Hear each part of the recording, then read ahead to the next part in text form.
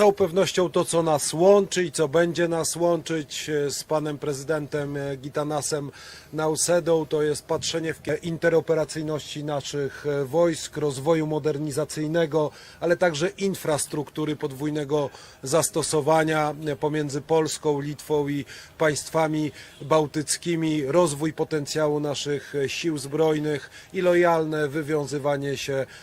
ze swoich sojuszy w ramach Sojuszu Północnoatlantyckiego, a wszystko to, drodzy Państwo, z myślą o bezpiecznej Polsce, bezpiecznej Litwie, bezpiecznych państwach bałtyckich, bezpiecznej Europie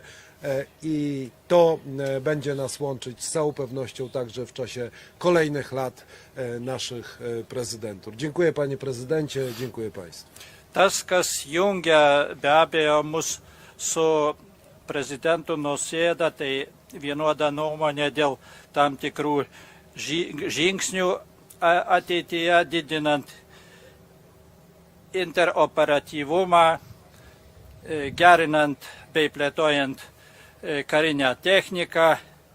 gerinant infrastruktūrą ir kelių jungtis ir pagaliau būti lojaliems sąjungininkams vykdant visus prisiimtus įsipareigojimus bei užduotis.